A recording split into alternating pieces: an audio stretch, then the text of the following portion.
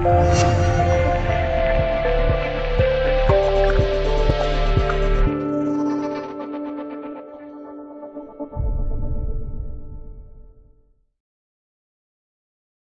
之家8月19日消息，据美国媒体 CBS 于8月17日的消息，日前佛罗里达州一位市民在使用大疆无人机进行航拍的时候，迎面飞来了一架有人的直升机，两者险些来了一次亲密接触。IT 之家报道，所幸的是，此次两架不同量级的飞行器只是擦肩而过，幸未发生真正的碰撞，否则后果恐怕不堪设想。报道称，这架直升机在无人机下飞过时，距离无人机只有数英尺之近。图片截取自 CBS 报道，视频无人机的机主 CPN 把这段视频上传到了 YouTube， 但此后即遭到删除。他的无人机是大疆 Mavic Pro 铂金版。据悉，目前美国联邦航空管理局 FAA 正在调查此次事件。根据规定，无人机不得在其他飞机附近飞行，另外其飞行高度也不得超过400英尺，约122米。